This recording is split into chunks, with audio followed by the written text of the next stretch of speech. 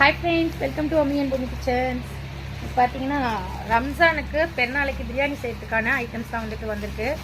வாங்கிட்டு வந்திருக்காங்க. பூண்டு,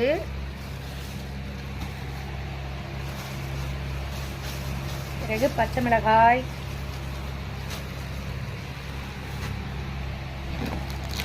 அப்புறம் மல்லிகை சாமான், தனியாத்தூள், 65 மசாலா, தனி மிளகாய் தூள், ஏலக்காய்.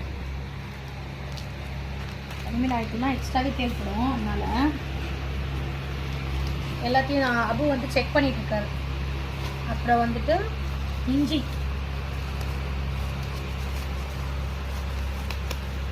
இதெல்லாம் இப்போ க்ளீன் பண்ணணும். இப்போ இன்றைக்கி நைட்டு அந்த வேலை இருக்குது. ஃபுல்லாக க்ளீனிங் ஒர்க் இருக்குது.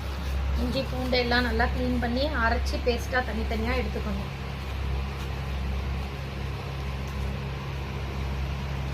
அதுக்கப்புறம் வெங்காயம்,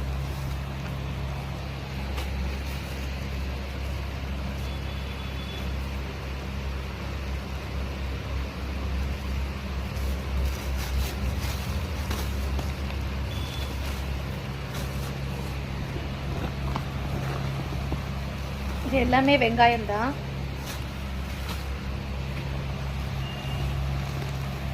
தக்காளி முட்டை காலையில் ஃப்ரெஷ்ஷாக வாங்கிட்டு வந்துக்கலாம் அப்படின்னு சொல்லிட்டு தக்காளி முட்டை வாங்கிட்டு வரல.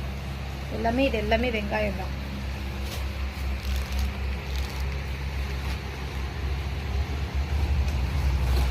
இதுவும் மசாலாஸ் தான்.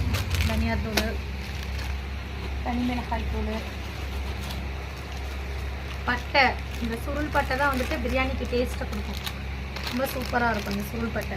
நார்மலான பட்டையை விட இந்த சுருள் பட்டை தான் வந்து நல்லா டேஸ்ட்டாக இருக்கும். சுருள் பட்டை, அதுக்கப்புறம் இந்த அன்னாச்சி பூ,